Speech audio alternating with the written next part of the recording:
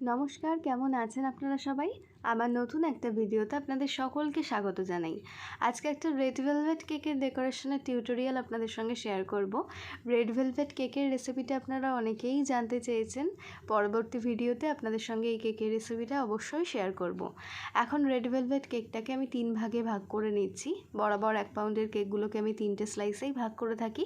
প্রথম ভাগটাকে কেকের বেসের ওপর বসিয়ে খুব ভালোভাবে মিল্ক দিয়ে দিচ্ছি। রেড ভেলভেট কেকে আমি সবসময় মিল্কটাই ব্যবহার করি, কখনো আমি সুগার সিরাপ ব্যবহার করি না। এখন যে ক্রিমটা আমি দিয়েছি এটা কিন্তু নর্মাল হুইপড ক্রিম নয়, এটা হচ্ছে ক্রিম চিজ ফ্রস্টিং। আপনারা যারা অথেন্টিক রেড ভেলভেট সম্পর্কে জানেন তারা খুব ভালো করেই জানেন যে রেড ভেলভেট কেকে কিন্তু কখনোই শুধুমাত্র হুইপড ক্রিমের ব্যবহার হয় না, এখানে ক্রিম চিজের ব্যবহার হয়। এখানে হুইপড ক্রিমের সঙ্গে 1:2 রেশিওতে ক্রিম চিজটা মিক্স করে নিতে হবে। মানে ক্রিম চিজের পরিমাণটা থাকবে কম, হুইপড ক্রিমের পরিমাণটা থাকবে বেশি। এই ক্রিম চিজটা কিন্তু যে কোনো দোকানে কিনতে পাওয়া যায়, যে কোনো ডেয়ারি প্রোডাক্টের দোকানেই আপনারা কিনতে পাবেন। এছাড়াও কিন্তু আমি সবসময় ঘরেই তৈরি করে নিই, কারণ যেহেতু রেড ভেলভেটের মতন কস্টলি কেকগুলো সবসময় অর্ডার থাকে না, তাই জন্য অতিরিক্ত ক্রিম চিজ কিনে সেটাকে ফ্রিজে রেখে দিতে গেলে কিন্তু বহুদিন পর্যন্ত থেকে যায়, তখন নষ্ট হয়ে যাওয়ার সম্ভাবনা থাকে।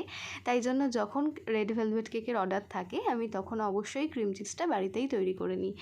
এখন আমি ক্রিম দিয়ে সম্পূর্ণ কেকটা কভার করছি, আর প্রত্যেকটা লেয়ারে কিন্তু আমি এখানে হোয়াইট চকলেট ক্রাশ করে দিয়েছি।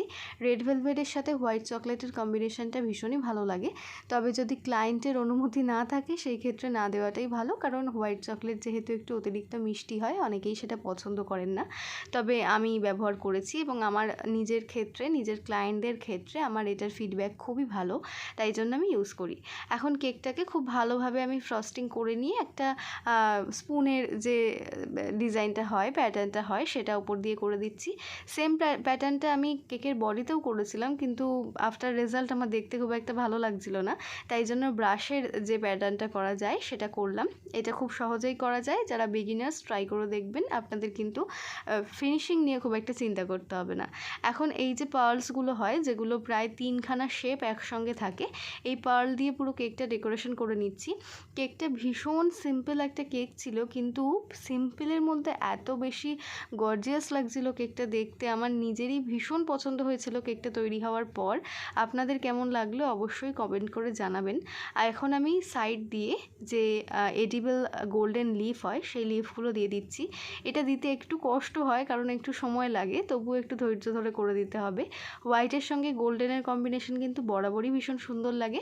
এখন ওপরে কয়েকটা ফন্ডেন্ট টপার সেট করে নিচ্ছি। এগুলো খুব ইজিলি আপনারা যারা একটুখানি ফন্ডেন্টের কাজ জানেন তারা খুব সহজে করতে পারবেন।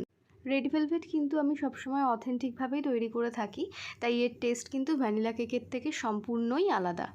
এই ছিল আজকের ভিডিওটা। কেমন লাগলো ডেকোরেশনটা অবশ্যই কমেন্ট করে জানাবেন। ভালো লাগলে একটা লাইক করে দেবেন। যারা ইউটিউব থেকে ভিডিওটা দেখছেন চ্যানেলটা অবশ্যই সাবস্ক্রাইব করে পাশে থাকবেন, আর যারা ফেসবুক থেকে দেখছেন প্লিজ একটা লাইক করে দেবেন আমাদের পেজে। সকলে সুস্থ থাকবেন, ভালো থাকবেন। ধন্যবাদ।